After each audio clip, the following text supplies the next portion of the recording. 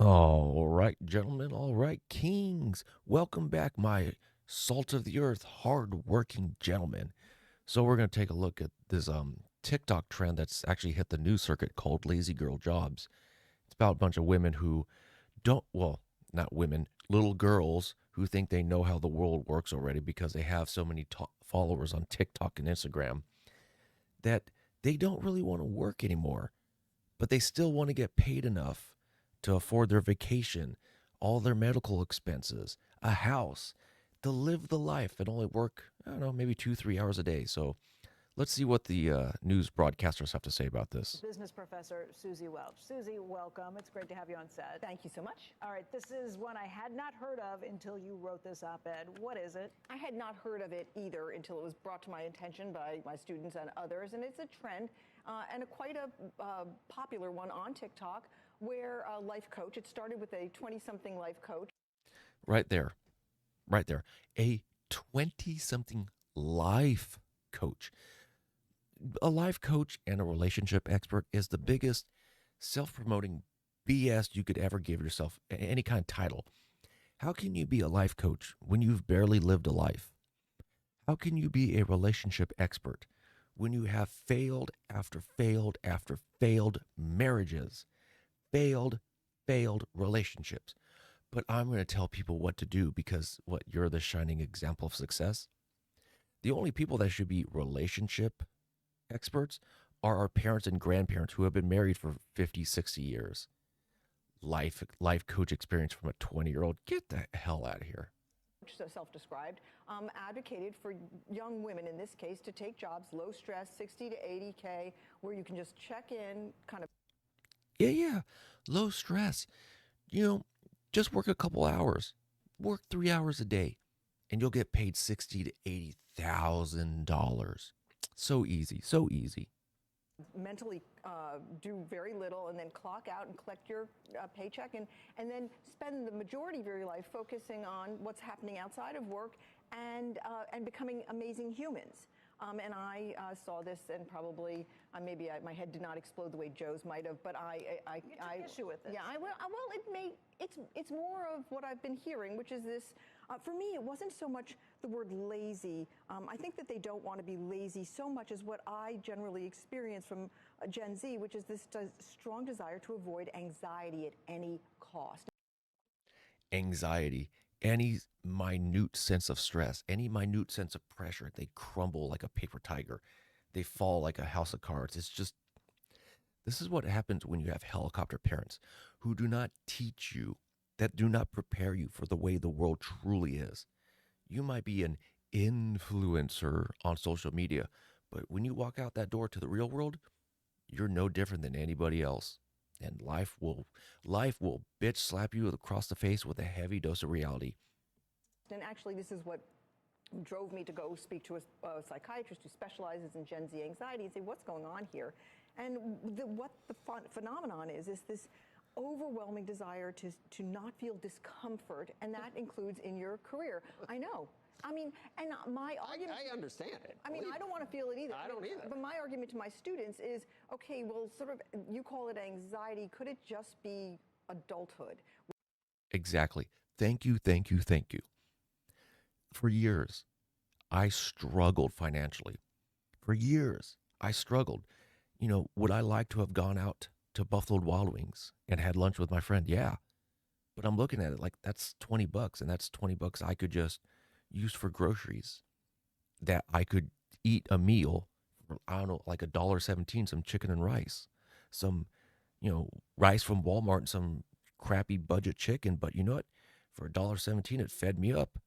And I could get multiple meals out of that, where I could spend $20 and get one meal. So Gen Z is going to find it really hard when they see the pressures and the reality, the burden of performance as an adult going, wait, I have to pay how much in rent? I have to pay how much in gas? When you're a kid, you don't appreciate how easy life is until you find out how hard life is as an adult. Where you have a lot of trade-offs. And look, anxiety disorder is real. That is a true condition that is puts people in hospitals. It needs to be medicated. I understand. We're not talking about anxiety disorder, but this is the general zeitgeist around everything that makes you vaguely uncomfortable allows you to say, I have anxiety. Remember, in Barbie, the first human emotion that Barbie feels, I don't know if you've seen it yet, highly recommend, the first human emotion Barbie feels is anxiety. She is walking and becoming a human, and she says, I feel fear with no object. And somebody pops up behind her and says, that's just anxiety. Don't worry, we all have it. And it's like, do we all have it? Well, maybe. Well, okay, but you think part of this is our parenting to blame for what's happened here. We've made it too easy for these kids their whole lives. Yep. Thank you. You did not prepare your children for the realities, the harsh realities, the cold realities of this world. This is what happens when you live online and you get nothing but validation and adulations and, oh, participation trophies and everyone's a winner and no one's a loser. Well, if that's the case, then what's the point of the competition to begin in the first place? And not let them feel any of the Well, stressors? I wish it wasn't true, but when I was speaking to Dr. Jen Sotsky, who's a psychiatrist, I said, how did this happen? And she said, well, think about the parenting. And I am one of those parents who you work very hard to keep discomfort or anything that's hard out of your kids' lives. It's Or with the failure, best. It's you right. jump in to help out. Best intentions. We love them so much. And we try to keep them from feeling terrible, bad things.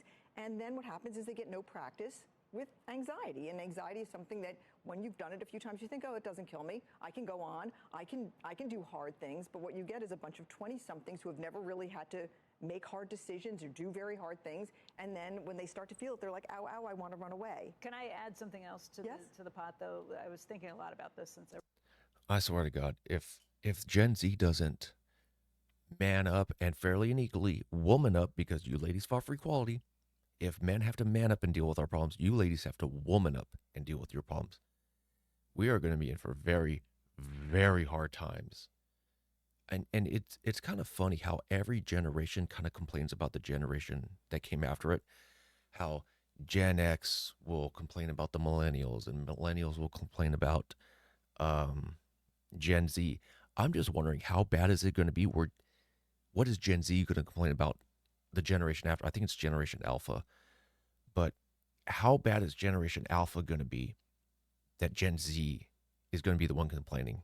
And I'm going to be in my rocking chair going, you damn Gen Zers. As I'm an old millennials, my teeth fall out of my face. I read the op-ed. How much of it is because these kids lived through the pandemic, and all of us made life reassessments during the pandemic where we were thinking, wow, is this what I want to spend my time and focus on? And how much do you miss being home with the family and spending that time with them? Where you kind of went through that. Is it worth the trade-off? I think it's actually. It's so weird how that pandemic, that when you look at it in the grand scheme of things, that very kind of small, big deal, but very small in the timeline of life, how it kind of reassessed everything. Now, to me, I just looked at it as, okay, I'm going back to work. I'm just going back to what's normal. But for some people, man, even in my current job, some people moved to different departments, different tiers that people just moved around like crazy. They just got fed up. I was like, wow. I just went back to work like, all right, ho hum, get it done. That's just me.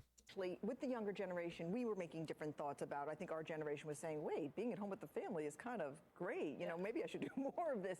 I think with them, the pandemic brought into their lives a lot of uncertainty, a lot of the routine, school sort of vanished, and they did feel discomfort with it. So what they're trying to do is not feel more discomfort, because that was a 2-3 year period where there was just no visibility, and they want not to have that feeling of floating in the miasma. I don't know if it's so much about that. I also think, and I felt this with fun employment, another trend that I wrote about, that there's a little nihilism going on, which is the whole world's going to end anyway with climate change, and we're never going to make it. So why would I invest in a long-term future?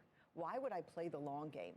That's the downside to all the hysteria. It's ludicrous, because the world's not ending, as we know, and I can go back and give you the predictions in the 90s, the aughts, and after for the I same just saw thing. Oppenheimer.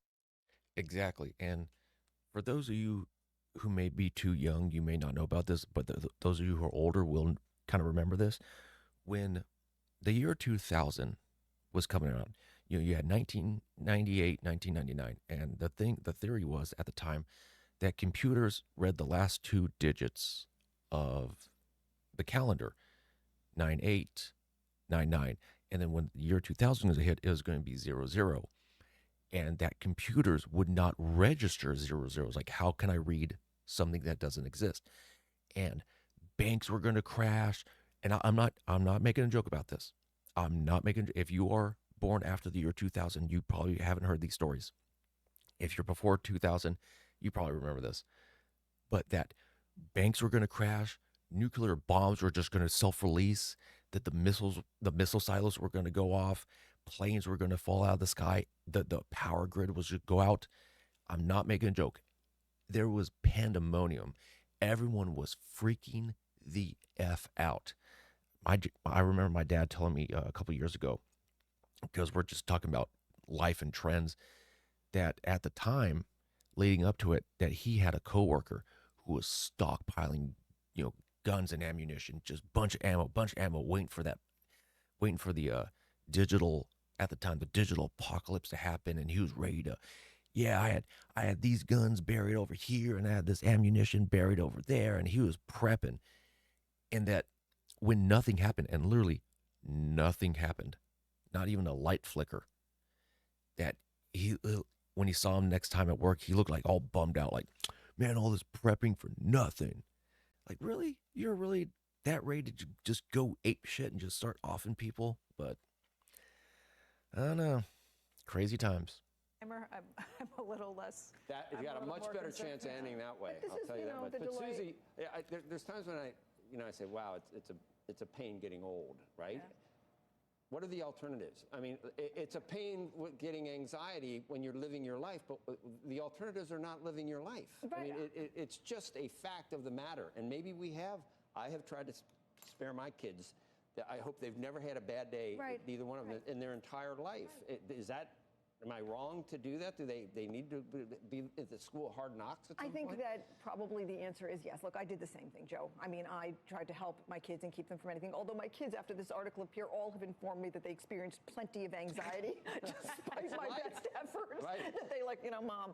But I would say that we did it because we love them, and I think maybe there should be a swing back in parenting to say, guess what? You're going to feel anxiety. That's actually good for you. It's going to help you in the long run. And Maybe actually put some more. real world anxiety might be preferable to the horrible anxiety that they must get on social media. Yes, and girls social and media people. plays a huge role in That's this. where See, that's another thing. How could you handle the anxiety of social media being, as they call cyberbullying? But when the real world happens, all of a sudden, and I would imagine that the real world anxiety and social media anxiety are two different things. But I don't know. To me, it seems like the online anxiety, especially for Gen Z, would be much tougher than real world. But I don't know. I guess you live in that fantasy bubble of, oh, well, this person didn't like me. Oh, well, now on Twitter, this person didn't like me. Oh, now onto Facebook, now onto Instagram, now onto this and that and the other thing, and so on and so forth. Just hopscotching your problems until you find a platform that validates you. Whereas I guess the real world, you can't really do that at your job. the anxiety is. Go out in the world. Look, The anxiety is not as bad. This may self-correct anyway, because what's going to happen is eventually people are going to react to just being bored. Okay, so if you sort of choose to opt out of everything so that you're not feeling anxiety. Yeah, you're not talking about just making money. You're talking about mental challenge. Right, like you have to be mentally and emotionally stimulated. If you keep on trying to protect yourself and insulate yourself to the point where, all anxiety is out of your life, are you even living? I mean, are you even experiencing the great joy? I mean, think about a startup. When you take part in a startup, I ran a startup for a few years. I didn't sleep for the 4 years I was doing it. But it was the most fun thing I've ever done. It was the most anxiety. And she brings up a really good point. It's not so much the destination as it is the journey. Sometimes when you're struggling and you can afford that one steak dinner, oh, it's like the best steak in the world. Now it might be crappy quality, maybe chuck steak and throwaway meat, but oh, I worked and I saved, and oh, it savors and so good, because the struggle made any minor accomplishment worth it. Producing, but it was stressful, I should say, because anxiety is really a serious condition. But I would advise everybody to do it. I'd say take a hard job, and Right. maybe the pendulum will swing back when they experience the consequences of this kind of life. 40 hours a week to just clock in and clock out. That's a lot of hours of your Yeah, life. the worst jobs I've ever had have been right. the ones where I'm actually looking at the clock thinking, when is Is this this going to be over? Claire, Exactly. how long can you do it for? Nothing Just a ventured, paycheck. nothing gained, Yes. too. And if you haven't learned about loss, you can't learn about I know. about winning, and you can't. Yeah.